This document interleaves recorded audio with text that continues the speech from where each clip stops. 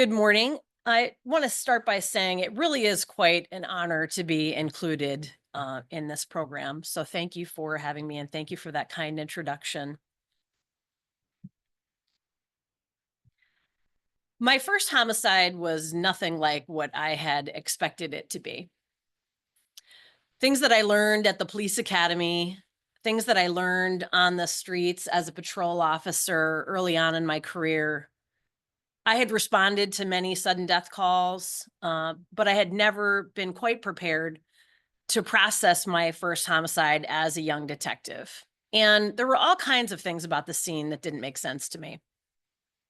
I knew that most homicide victims are between the ages of approximately 17 and 54 in the United States, average age 40.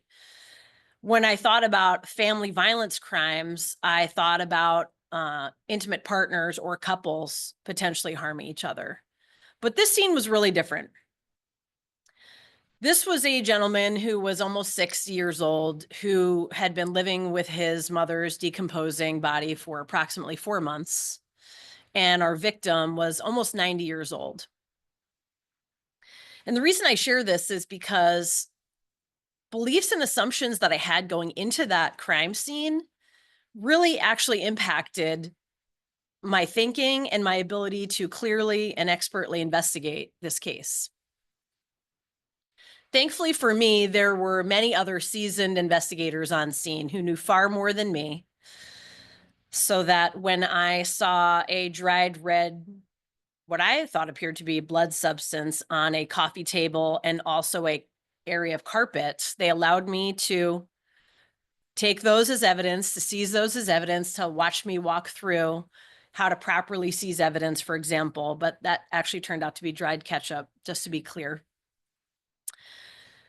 And the method of injury that our victim sustained was a snapped hyoid bone. So the gentleman who became our suspect and arrestee had actually murdered his mother, 89-year-old mother, 4 years prior and had been living with her. What we know about sexual harm and what we don't know, and assumptions that we have about how sexual harm occurs, really can impact our thinking, our ability to think critically and clearly about how to prevent sexual harm and to better inform our patients, our clients. So I'm going to share some key pieces of information that I don't believe are going to be common knowledge for you folks, and I hope that it will inform and benefit you individually, in your families, and in your professional capacity. The first thing I want to talk about is the fact that registered sex offenders do not tend to operate the way that you might think that they do. And when I was newly assigned to monitoring the registered sex offenders in our town, in our jurisdiction, I had some expectations. I thought I was going to be making arrests on the daily of these folks. Most of them men, but not exclusively men, some females. I expected to be fully engaged in criminal investigations of I would refer to them as my sex offenders. Sometimes as few as 9 registered offenders in my jurisdiction, sometimes as many as 16 at a time. But they did not operate the way that I expected them to. They tend to keep a low profile. So one thing I learned early on was actually that my registered offenders, when they did commit offenses, they would tend to go to other jurisdictions. So really prefer to keep a low profile in the town that they are registered in, which is not what I expected. And I put time and effort into these folks.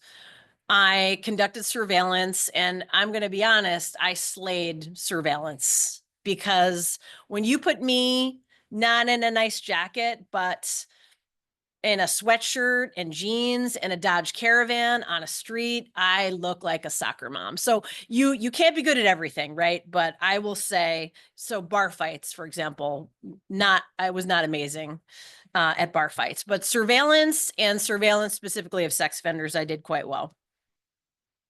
I learned that they are almost always multi-crime offenders. So you don't just have a rapist or a sex offender or a person who molests children, and that's the only crime they're engaged in. They are also burglars. They are also shoplifters. They also engage in smaller crimes to begin with, misdemeanor crimes of, let's say, indecent exposure or voyeurism, acting out behaviors before committing more significant felony crimes. I learned that they actually do target single parents, and I saw this over and over again. They do target financially disadvantaged people, tragically, targeting addicts or people with substance abuse disorder challenges personally. Also, folks who really are do-gooders and mean well and like to assume the best about people. I will never forget a situation I had where a single dad called me. He said, are you Detective Sullivan? I heard you're the person I need to talk to. Yes, I am. I got a sex offender in my basement. What do you mean by that? Well, I had a room for rent and I advertised it. I've got 4 young kids. Now I'm really concerned. He's in my house. He's living here. And when I began to unpack this with this single parent about how this occurred, what happened was actually a local nurse from St. Francis Hospital he had befriended and told her, really just won her heart over, and she vouched for him and actually wrote a reference for him to get him housed in this place, small Cape, with 4 young children. And that was of grave concern because this was a sex offender who targeted and victimized young children. One of the most significant things I learned about registered sex offenders is that most people who commit sex offenses are actually not on the sex offender registry. And let me explain why that's really important. The vast majority of people who victimize children, victimize adults, commit sexual assaults, commit other crimes of sexual harm in nature never get arrested. And I saw this over and over again in my casework. Really difficult to get to the place where there's enough probable cause to submit an arrest warrant application. Once you submit that application to court, a prosecutor could decline pursuing it. You could have a judge sign an arrest warrant application and the arrest is made, but it never goes to trial. So what's really important to remember and understand in the conclusion of that first point is that if you want to protect yourself, your family, or children, clients in your care here from sexual harm, if you believe that you can do that by simply checking who is on the local sex offender registry in your jurisdiction and noting where those folks live, and then and avoiding those, that's really not going to prepare you. You need to think more broadly about what sex offenders do and do not, how they operate. Second thing I would like to share is how frequently, and this was shocking to me, how frequently and routinely there was substantial resistance and a negative response to victims when they disclose sexual harm.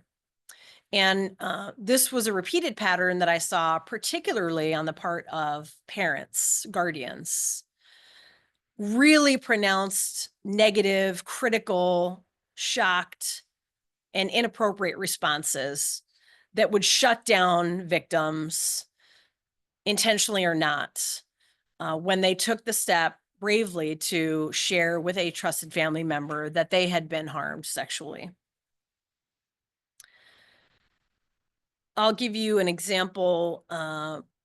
In my casework, I'll never forget the night that my victim ran from her home, light snow, evening, cold, ran barefoot, fled her home, and ran actually to the police department where I met her. She ran from her home barefoot because she had been on a couch, safe in her own home, in sweatpants and a t-shirt, and her stepfather had attempted to sexually assault her in her own home when she fled the home. Now, sometimes in these cases, the biggest challenge is getting a really good victim statement, or there's a credibility issue, or a willingness on the victim's part to even make a statement or to go in front of a judge to be willing to make a court appearance. Some of the challenges are evidentiary. So that wasn't the case here. There were ripped clothes. There were all kinds of significant points of evidence for this case. The biggest challenge was actually her own mother. Her own mother was furious. Her own mother was my biggest obstacle to investigating this case properly and effectively and being able to make an arrest. And ultimately, we were not able to obtain a conviction for this suspect, even though he himself didn't deny attempting to sexually assault his own stepdaughter. And what I learned in this is that it really is an area that I found people are unprepared for. They're unprepared for what it will feel like and look like to hear from their own loved ones that that person has been sexually harmed.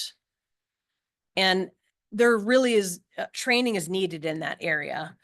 My conclusion is that people need guidance, they need training, and they need preparation to respond well to disclosures of sexual harm. And better training, conversations, preparation would really enable us as investigators to pursue cases so that victims can, when they make the brave choice to make a disclosure, they can actually be cared for by their guardian or parent who they share with, and that guardian or parent has an appropriate response.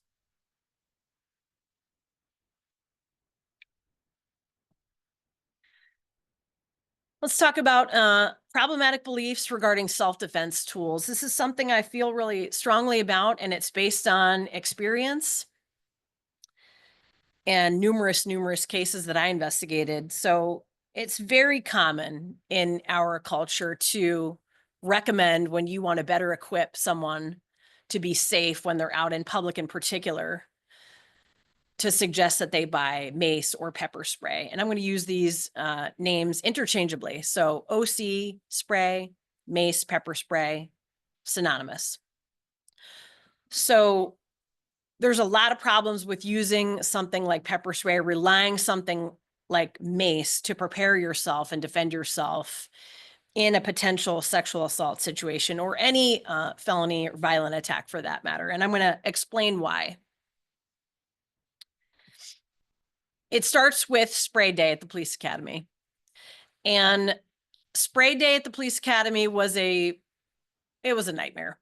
I would like to say that they sprung this on us maybe the night before so that we didn't have time to anticipate what spray day would be. However, they told us months in advance at the police academy that spray day was coming. And this was the day that we were going to be maced at close range, and we would experience ourselves firsthand what it's like to be OC sprayed. And it was a tough day. It's a full 5-second spray in your face. And a table is set up on the sidelines with gallons of milk and creamers and things that counteract the effects of capsaicin, of the pepper ingredients that really make mace horrible. But after the full 5-second spray right in your face, you actually were then required to fight for 2 minutes. So when I say fight for 2 minutes, I mean you're blinded and gasping and just experiencing this horrible, but you are then required to, for 2 minutes, and it is timed, 1 to 2 people approach you. They're taking hits. They're trying to drag you to the mats, to the ground. This was outside, but they did put mats so we didn't fall on the concrete. And they're actively fighting with you. And it was not a good day.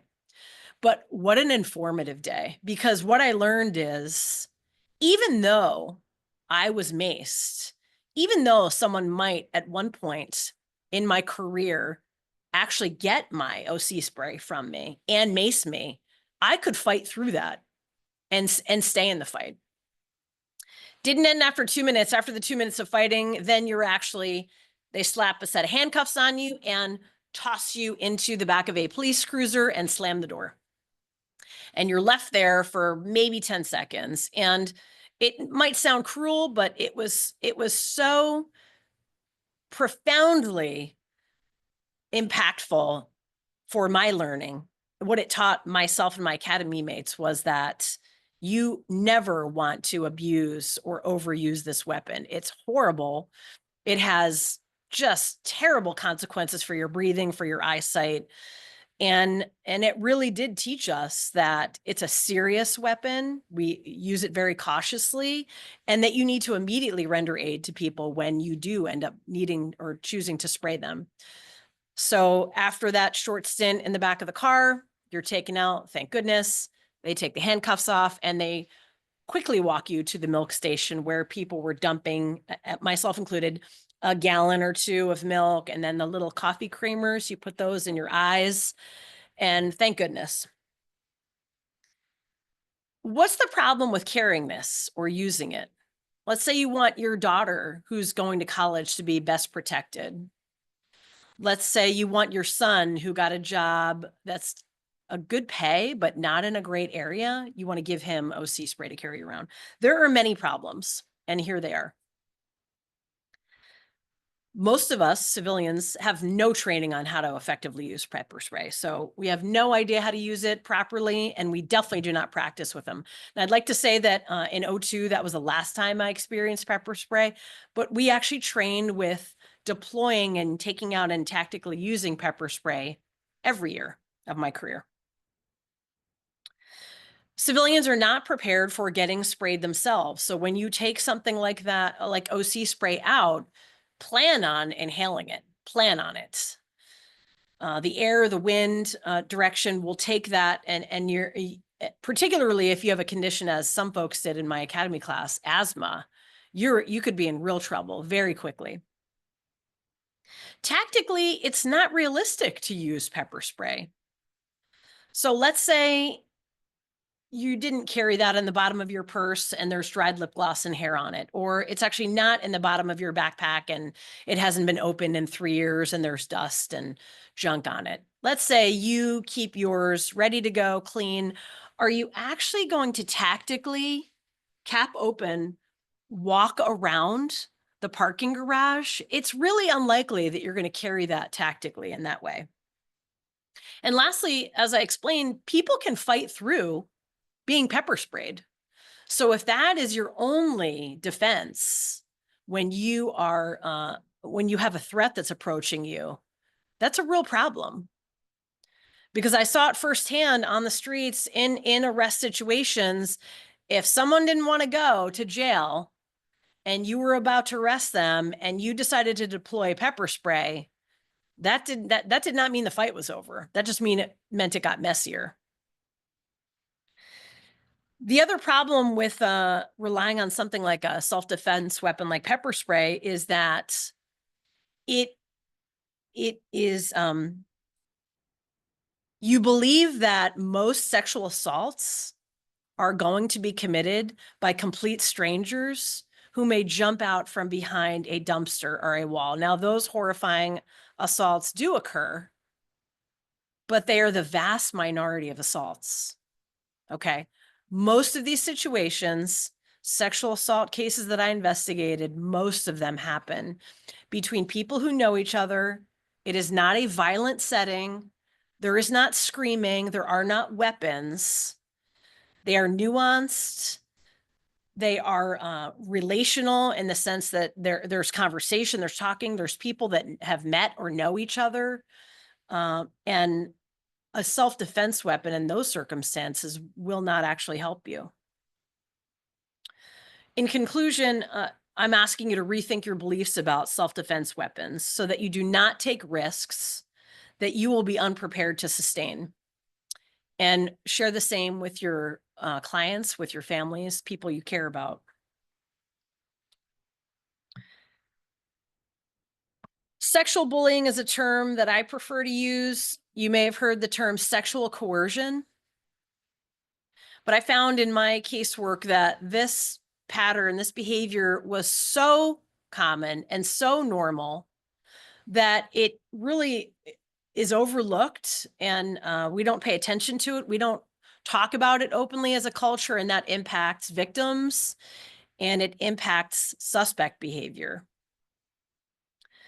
Now, I will clarify, when I say suspects, I don't exclusively mean male suspects, although the perpetrators of sexual harm are largely male or male identifying persons. There are some females who do commit sexual assaults, so I don't want to communicate that it's exclusively a male perpetrator crime. But sexual bullying, and in my cases, sexual coercion, was often unrecognized and really difficult to make a criminal case for. Let me explain what I mean. Sexual bullying is the use of verbal persuasion, tactics, manipulation, guilt tripping, mocking, criticizing, verbally attempting to cajole someone, to pressure someone into doing something sexually that they ordinarily would not do. So it's a way to overcome another individual's agency. And this is so pervasive that people would disclose incidents of sexual bullying or coercion to me in cases and didn't even acknowledge this as necessarily unethical or criminal behavior, which really is a problem. You may be thinking yourself about situations you have personally been in or put other people in when I describe sexual bullying. I had one case in particular that I refer to and write about as 19 times. And this is a situation where teenagers got into a vehicle together. They were interested in each other. They were talking, snapping, and they actually did start making out with each other. They were interested. But what the young woman was not interested in doing was performing oral sex on this young man. And that is what he wanted. That is what he asked for. And so instead of leaving it at, no, I don't want to do that, it turned into, well, is it because you really don't know what you're doing? You know, I'm going to be in a lot of pain if you don't do this. And guilt tripping and pressuring and asking and re-asking and re-asking to the point where it really escalated, mocking, criticizing. A different young woman with a different upbringing, maybe not as self-confident, would have caved out of because of this coercion. And that is just tragic when you think about it. That is terrible that people feel that then engage sexually because they feel like they have to. And this young woman shared with me that it was so pronounced at how many times this young man asked. She began to count, and it actually got to 19 times. Here's the conclusion that I want to share with you. We need to be having conversations about this with our young folks, particularly, but not exclusively, the young men in our lives. That was someone's son that was doing that. And I would bet a lot of money that his parents would have no idea that he would behave in that manner. Right? Is it a conversation that they ever even had? Is it a conversation that you've ever had with your family? Sexual bullying is something that we can address, and it's something that is problematic, unreported, but I do think that we can change the culture of if we begin to initiate conversations and have dialogue about this. And that's what I would like to see happen.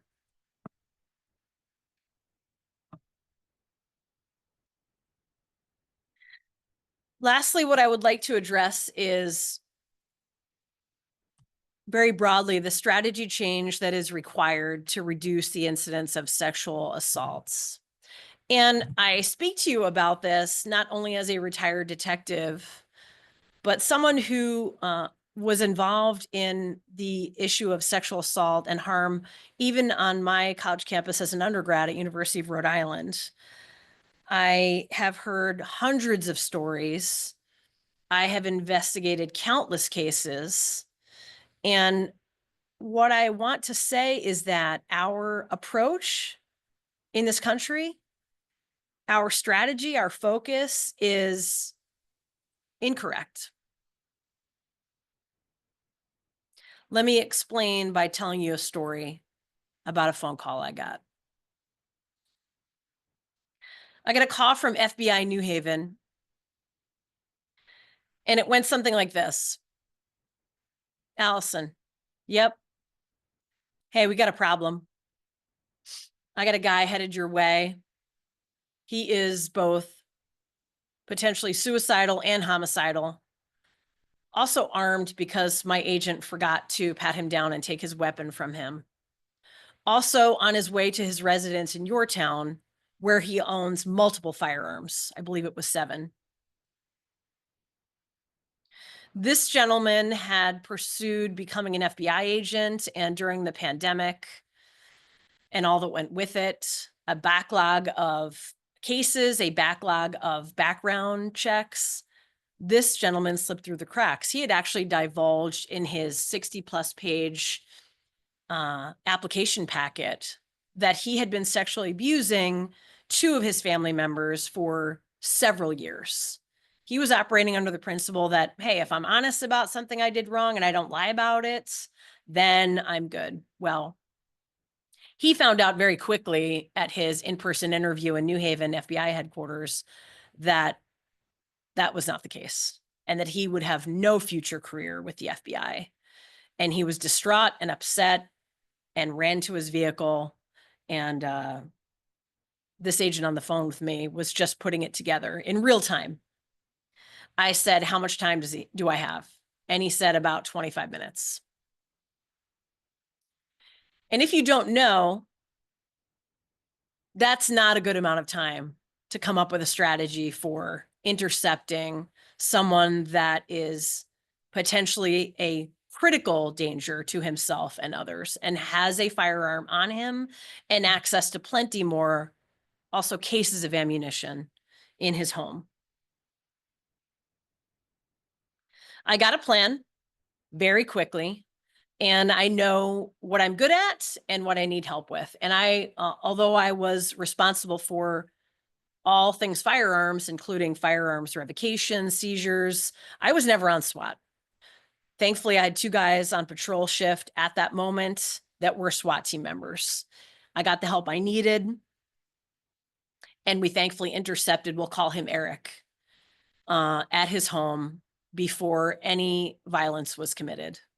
And it was tense. It was really unnerving and quite concerning. And we were down to the wire in terms of time. We intercepted Eric. We took the firearm loaded off him, then seized his other firearms and the ammunition and got Eric some help. I'll tell you what I didn't do when that problem was posed to me. You know what I didn't do? I did not let Eric carry on and address his family members instead and say, you know what? I need you guys to think about not coming out of your rooms until Eric has calmed down. I know he has got a loaded gun on him and he's talked about committing suicide. I want you guys to hang tight and just don't go to the kitchen for a snack. It's not a good time. Stay in your rooms. And you know what you could do is you could spend your own money investing in bulletproofing your doors and the windows and modify your behavior. So don't, when you want to come out of your rooms, what I want you guys to do is actually, I want you to not come out of your room into the home. Why don't you climb out the window? I know it's inconvenient, but we're going to work around Eric and we're going to change our behaviors. Doesn't that sound absurd? It is absurd. And you know intuitively that it is as I tell that story. But what do we do in this country? How do we approach reducing the incidence of sexual assault? How do we approach, what is our strategy? If you Google how to prevent sexual harm on a college campus, for example, there's all kinds of suggestions. There are police escort, safety escort services where they can escort you to your vehicle. There are blue light boxes installed on campus to the tune of millions of dollars so that you can run to one of those emergency boxes and flip a switch to get help. There are innovations. There are now hair scrunchies that women can use to cover their drinks so that they aren't roofied. There are running clubs so that young men or women who are afraid of being sexually assaulted can actually go jogging together without fear of being raped. These are all problems, right? Strategically speaking, that is a problem. It's as absurd and as crazy as me addressing Eric's family members rather than the threat, which was Eric. Eric was the imminent threat. What can we do about this? You folks are leaders, whether you realize it or not, in your communities. You are people that this society looks up to.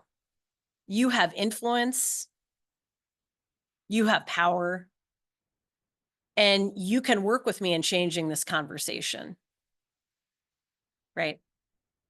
We can ask different questions, we can have different conversations, and we can redirect the focus, the emphasis on how can all of these potential victims modify their behavior and instead have conversations about how to address the actual threat and to take that threat away. What can we do? How can we change them?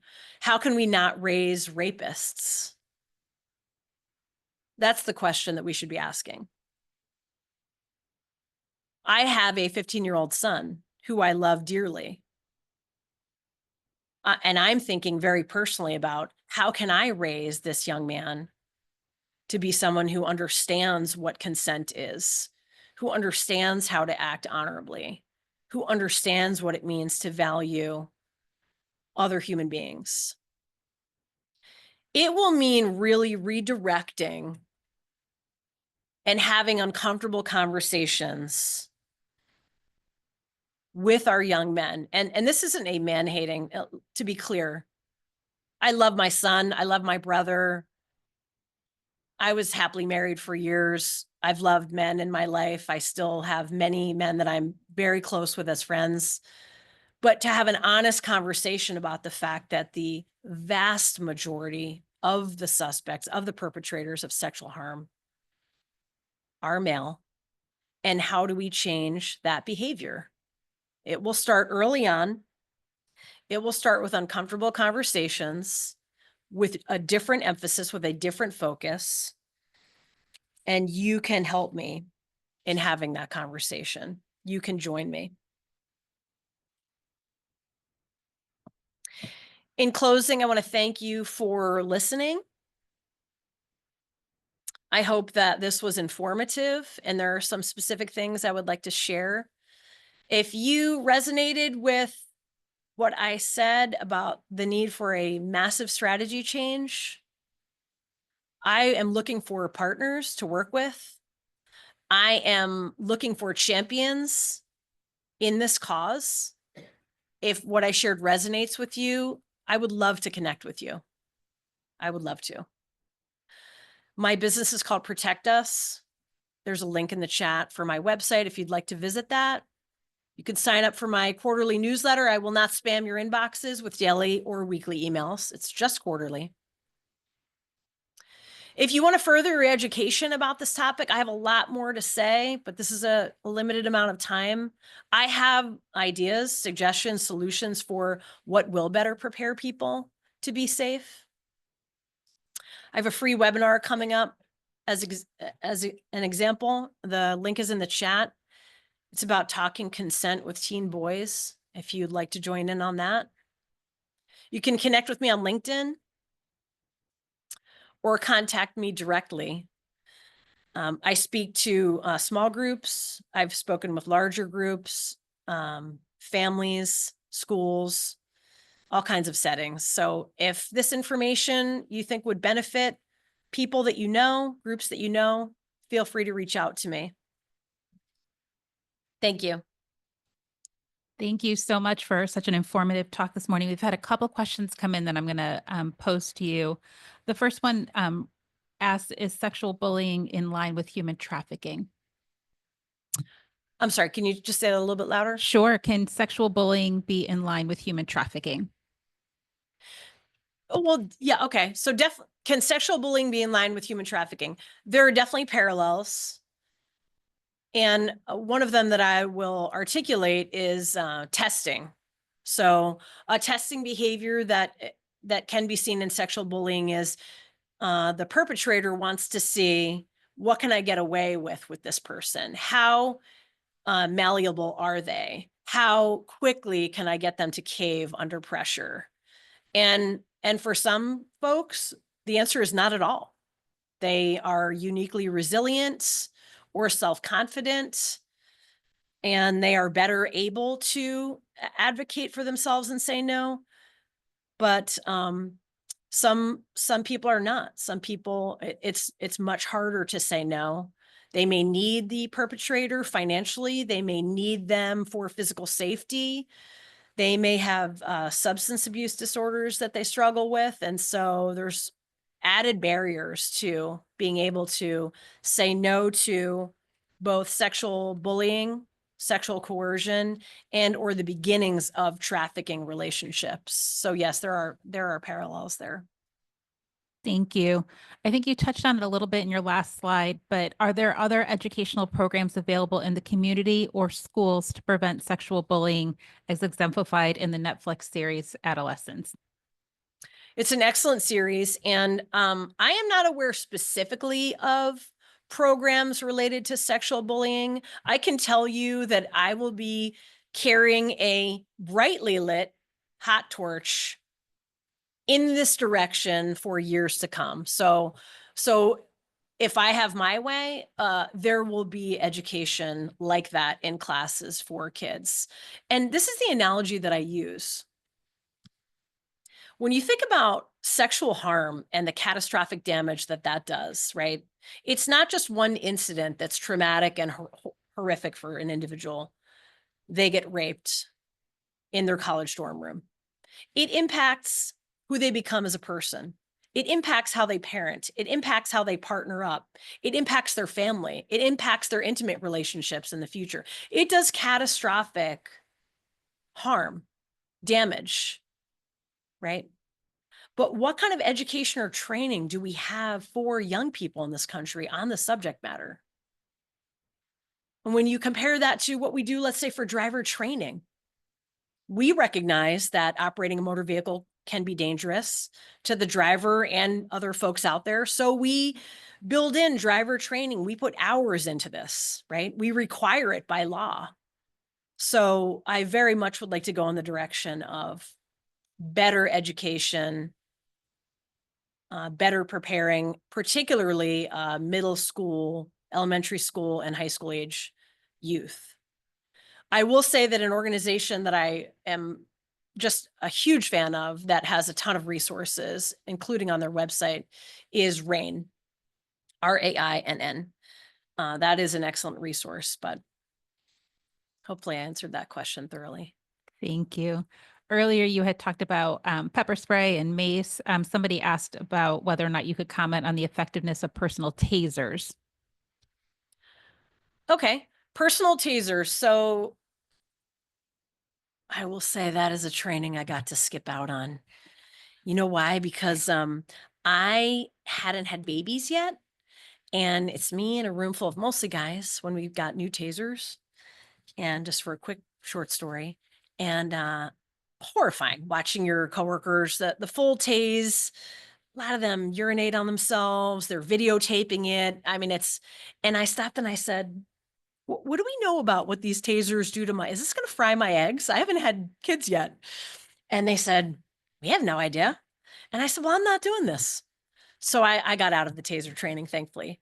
But there are commercial grade, there are tasers available for purchase. I would say similar to carrying firearms. I'm not anti-gun. I own firearms, but similar to firearms, there are so many cautions and so many challenges and risks with carrying a dangerous weapon, taser, or a deadly weapon, a firearm. And I would say for the average civilian that isn't necessarily committed to the amount of training it would take to safely use and retain those types of weapons, I don't think it's a great idea. I will say I was shocked at how quickly you can be disarmed and the amount of training. I mean, I can remember throwing back just handfuls of ibuprofen after defensive tactics training. The ability of someone else to rip a weapon out of your hand who is motivated and violent and or angry or under the influence of something like PCP, which that person's pain receptors aren't even going to respond to something like a taser. How quickly a weapon can be taken from you would shock you. So I would say my answer or suggestion would be with a taser, personal taser, in addition to if you're still committed and you're interested in pepper spray. It's not a straight no, but you really need to take training with that seriously and think carefully about it. For example, what if you carry that with you in a backpack or a purse and it gets stolen or taken from you and then used in a crime? What if you want to go out and you want to have a cocktail or two with your friends? You can't carry a weapon on you and do those things. So there's a lot of implications for carrying weapons. I do have many suggestions for how to operate more safely and live more safely, but not the time to get into that here. But I would be happy to, in another place and time, continue this conversation and better educate any audience about what it would take to be safer in our culture. Just one follow-up to your comments asking about loud alarms and whether or not that's the best defense. Okay. I think it's loud alarms. I think it's a better option than something like pepper spray. It certainly doesn't have the disadvantages that something like pepper spray or mace has. Again, I would say the benefits of something like that outweigh the risks. I just unfortunately can tell you that there is a really tiny percentage of humans among us who are straight evil and violent and really motivated. So if they want that purse on your shoulder, if they want your new headphones or iPhone, the violence that is sometimes used and how quickly that's used would be shocking. So what I would say, my pushback would be, if you're going to places or doing things that really concern you about your physical safety to the point where you're questioning, should I have a taser or pepper spray or a safety alarm? I think a better question may be to ask,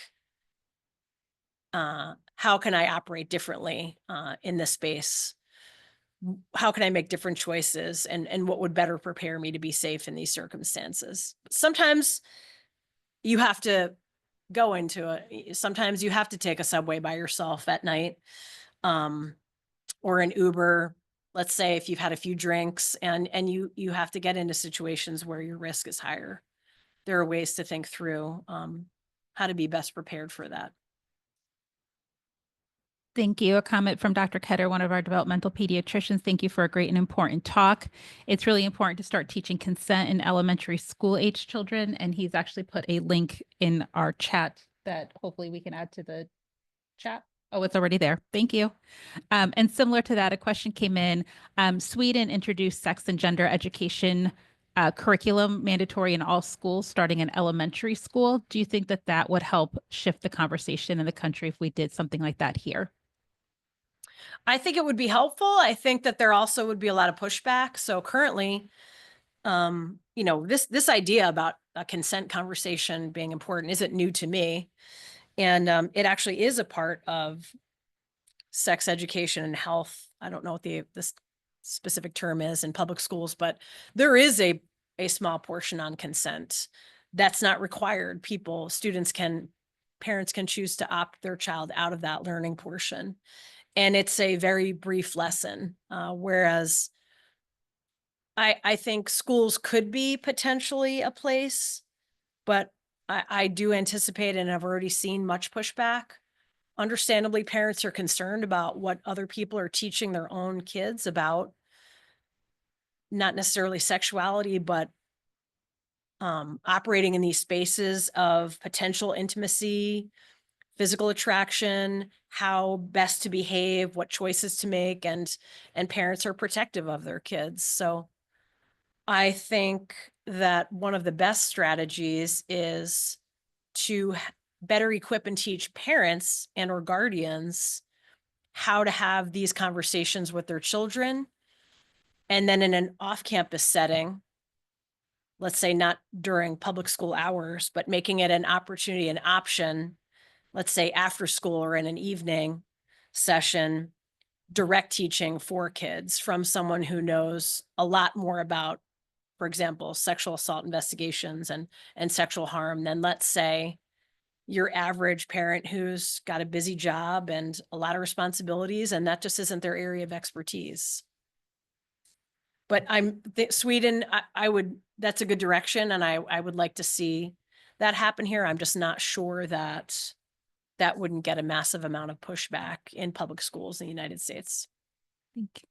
I'm going to turn this over to Dr. Edelheit in studio for any last comments or questions.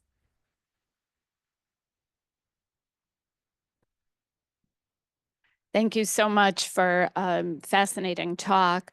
I wonder if we have the opportunity in a room with our patients and their parents. Are there a few things that you would suggest we might be able to say to them in that setting? Okay. Do you mean like in at terms of sexual bullying?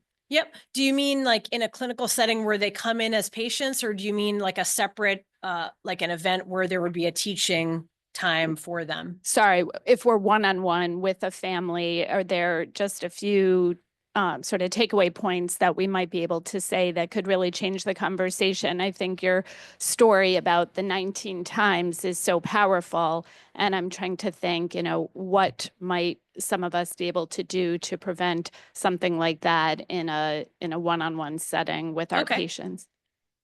I think that having there's no other way to say it. If you're a parent or a guardian, it's really, I don't think there's any way to talk about these things without it being really uncomfortable. It's challenging to talk about. I will say, I'll tell you what I've done with my own kids as an example and a suggestion for what I would say to young kids and or patients. And asking questions and starting the conversation. So some parents, they don't even go here. This was a non-conversation, certainly in my family growing up. So to encourage parents to begin having conversations with their children or the youth under their supervision, their care. There could be foster care situations, guardianship situations, or traditional families. Talking to parents about the fact that, hey, this is really important to talk about, and it's not a 5-minute conversation. Think about it like my driver training analogy. If we require kids to have 40 hours of driver training behind the wheel before they can safely get behind the wheel of a vehicle, why don't we talk about making it as a goal for families think about, this is going to be a 5-hour commitment or a 10-hour commitment, not today, but over the next year, over the next 3 years. Think about committing some time to having conversations with your sons, daughters, non-binary, however they identify matters, and their ability to consent matters.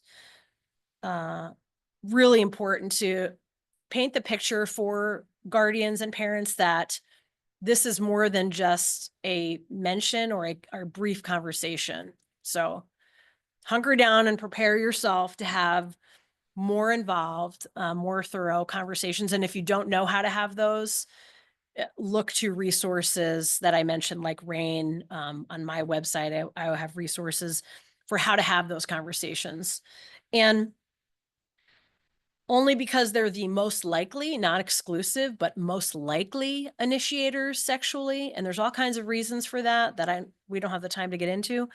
It is most important to talk with the young men in your lives about, how would you operate in this situation? What if you were attracted to someone and you wanted to go further physically? Is it okay to ask? It is. How many times would it be okay to ask? What do you think? I posed this question to my son. What would you think if they said no, or not directly no, but they didn't seem really crazy about doing what you asked? How would you respond? How many times could you then ask before you think, actually, you're really kind of being a jerk and this isn't okay anymore? And thankfully, he answered correctly. He's got a scary cop mom for a parent. So what would, he's got a lot of training under his belt, but, yeah, preparing kids for those conversations, and also particularly for our youth, how would you respond if you were really frustrated? What if it made you mad? What if they said no directly or non-verbally, which is more often the case? These are nuanced interactions that are not usually directly verbal, which is why it's not necessarily helpful to limit these conversations to just say no. Or if she says no, then it's no. These are a lot more dynamic than that, which is why more in-depth conversations are helpful. And ask a question like, how would you respond? What if you were really frustrated? What if you were really disappointed? What would you say to him or her? What would you do? How would you react to that? And prepare them, because even if someone is interested in you, whether it's another,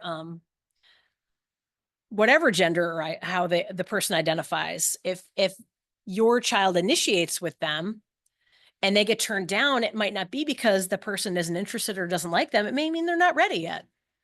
And ask those types of questions. How will you respond? What will you do with that frustration? Because it will be frustrating at times, and they will be rejected at times. So training conversations such as that, I think, would be instrumental.